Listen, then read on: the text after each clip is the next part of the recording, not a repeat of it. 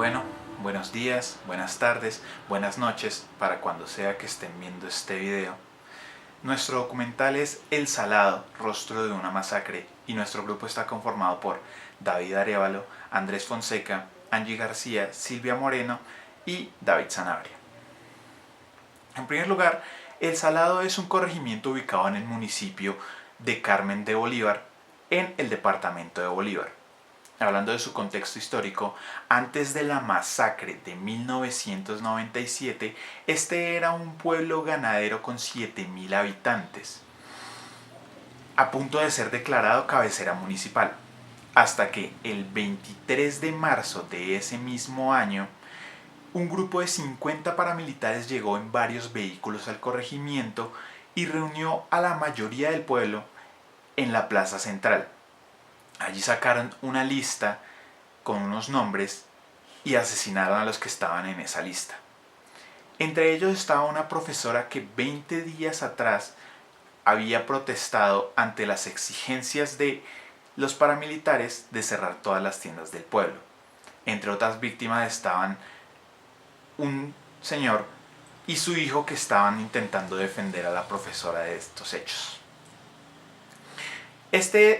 Este suceso culminó en el desplazamiento de las 7.000 personas que allá vivían, para que 3 meses después solamente volvieran 4.000. 3 años después de esta masacre, entre el 16 y el 21 de febrero del año 2000, llegaron 450 paramilitares y, apoyados por helicópteros, asesinaron a 60 personas. El testimonio de algunos sobrevivientes se puede ver en el documental, pero esto lo explicará mi compañera Silvia más adelante. Este asesinato de las 60 personas causó el desplazamiento de las 4.000 que habían regresado, para que actualmente, según un reportaje hecho en febrero de 2020 por El Espectador, volvieran solo unas 1.200. Este regreso fue liderado por Lucho Torres, quien declaró que no tenían la ayuda del Estado para volver, que volvieron bajo su propio riesgo, y asimismo declaró que El Salado se estaba volviendo un pueblo de viejos, ya que los que volvieron fueron los padres, que actualmente rondan los 70 años, mientras que los hijos se quedaron en las ciudades.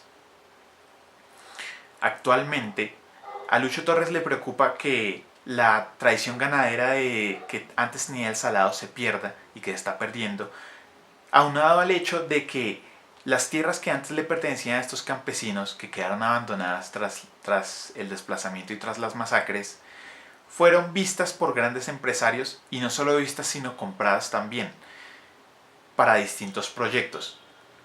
Pero a día de hoy se está luchando para que estas tierras les sean restituidas y devueltas a los campesinos, ya que se argumenta que estas tierras fueron adquiridas con una dudosa legalidad o con una dudosa procedencia.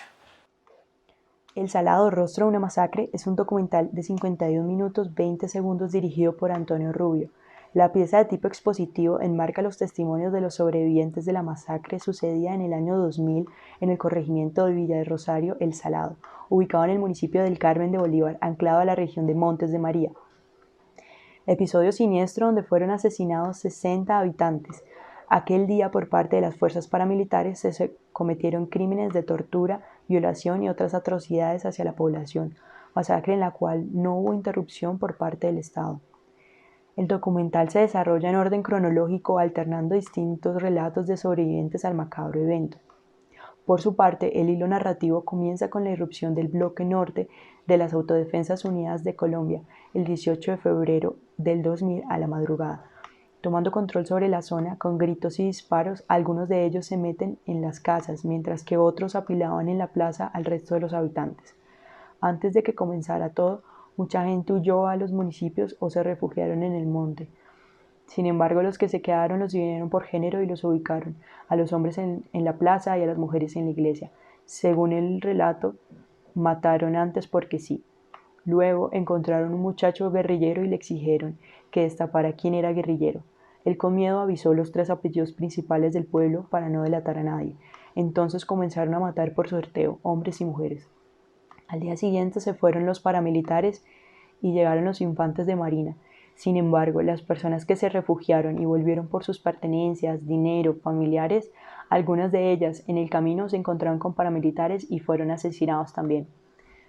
Durante el documental resuenan nombres como la señora Edith, Luis Pablo Redondo, Rosmira, Víctor Uruerta, el señor Hermídez, el señor Hermiro, el señor Hermes, el difunto Enriquito, la señora Gil, Jairo, Euclides, Eliseo Torres y Luis Torres. Sin embargo, en ningún momento de la pieza audiovisual se revela el nombre de los entrevistados.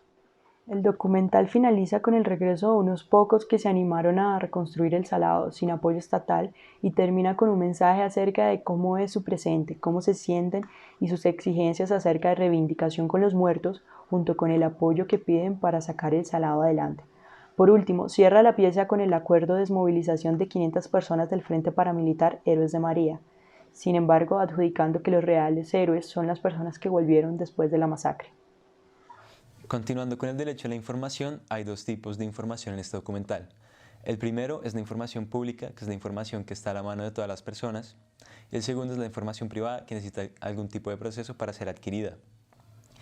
En este documental se vulneran los derechos de dos comunidades.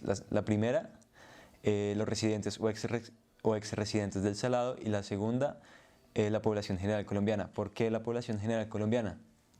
Porque no se ha esclarecido, no se ha especificado qué fue lo que pasó en este territorio, si fue un combate entre los paramilitares o la guerrilla, o fue una masacre clásica, como lo dice el ex fiscal general de la Nación, paramilitar.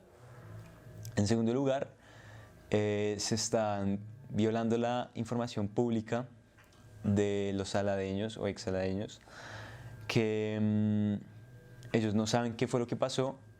No saben qué fue lo que pasó con sus familiares. Hay muchos hijos, padres, madres que están desaparecidos. No se saben si los asesinaron, si hicieron una fosa común con ellos, si los reclutaron y murieron en combate. Y los saladeños tienen ese derecho a saber qué fue lo que pasó en sus tierras y con sus familiares. En segundo lugar, se está vulnerando la información privada de la población del pueblo del Salado. ¿Por qué? Muchas personas salieron del Salado abandonando sus tierras, sus fincas, sus casas, y después de esto los ex residentes no se atreven a volver porque el Estado no les da seguridad, no les da seguridad de qué es lo que está pasando hoy por hoy, si pueden volver, si es seguro, y dos, cuál es el estado de sus tierras, si vale la pena volver a estar ahí, o por lo menos darles información de qué o en qué estado están sus propiedades para volver a emprender o regresar a donde pertenecen. En esta sección analizaremos si en el documental El Salado, rostro de una masacre, se incurre en el sensacionalismo. Inicialmente debemos comprender qué es el sensacionalismo. Para el cumplimiento de un ejercicio periodístico deontológicamente correcto, se debe cumplir con los principios de veracidad e imparcialidad. El sensacionalismo es el momento en el que se rompen los principios deontológicos al formar intencionalmente una noticia y al no dejar espacio a la reflexión por su crudeza, dado el afán de destacar de forma desproporcionada una información determinada. Algunos conceptos son que será sensacionalista toda noticia, texto o imagen que no deja espacio a la reflexión y que más bien, dada su crudeza, es aceptada por muchos lectores al que las imágenes les ilustrará más que el discurso periodístico. Otro concepto es dado por Javier Darío Restrepo, que dice que el sensacionalismo es una formación interesada de una noticia, implica manipulación y engaño y por tanto burla la buena fe del público.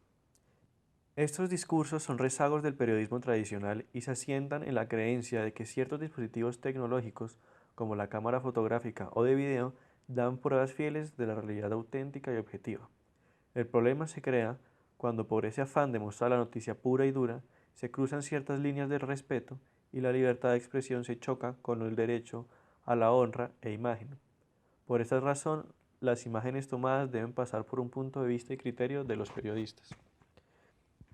En el documental El Salado, rostro de una masacre, No se incurre en el sensacionalismo, ya que no se hace uso de imágenes crudas o exageradas con el fin de hacer más atractiva la noticia. Este documental se basa casi en su totalidad de entrevistas a los sobrevivientes de las masacres, como estas imágenes, y también se utilizan imágenes de las locaciones tomadas probablemente en el momento de la entrevista. Javier Darío Restrepo, en su libro Ética para Periodistas, sostiene que existen unos factores que determinan el fomento del sensacionalismo propio de la prensa amarilla.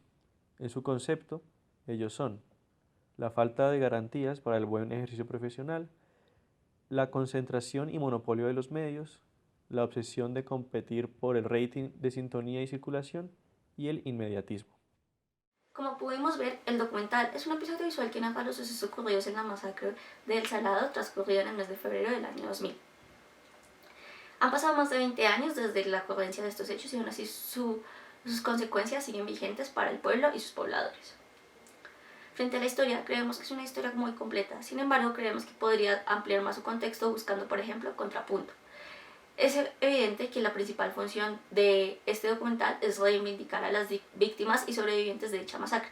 Sin embargo, creemos que buscar contrapunto y contraste en la información podría no solo darle un contexto más amplio a los espectadores, sino también mostrar que aunque la guerra tenga distintos puntos de vista, sus protagonistas siempre serán las víctimas. Sobre cómo contar historias de este tipo, creemos que es importante recalcar en que las historias siempre deben apelar a los principios de veracidad, contraste y, en caso de ser necesario, rectificación. Por su parte, el documentalista y periodista brasileño Caio Cavaschini nos afirma que la principal función del documentalista no es hablar directamente sobre corrupción, pobreza o desigualdad, sino en cambio de buscar historias que a través de sus protagonistas hagan al espectador reflexionar sobre estos temas, porque lo más importante en este caso son y siempre serán las personas. Por su lado, el consultorio ético de la Fundación Gabo nos habla acerca de que debemos diferenciar claramente y en todo momento información de entretenimiento y ver que como documentaristas o como contadores de historias, nuestra principal función es informar, no entretener al público. Por eso debemos alejarnos de la tentación del amarillismo. Es importante que la información que busquemos sea veraz y tenga contraste, esto con el fin de alejarnos un poco de la subjetividad que puede llegar a tener el periodista. Por su lado, también nos recalca que es importante que busquemos historias que lleven a la construcción de una sociedad digna, ya que esto es lo que debe hacer la información en estos tiempos. Nosotros creemos que es importante que las historias sean contadas de acuerdo a la reivindicación de las víctimas, pero también mostrando todos los puntos de vista y un contexto amplio sobre las cosas que encadenaron sobre estos sucesos.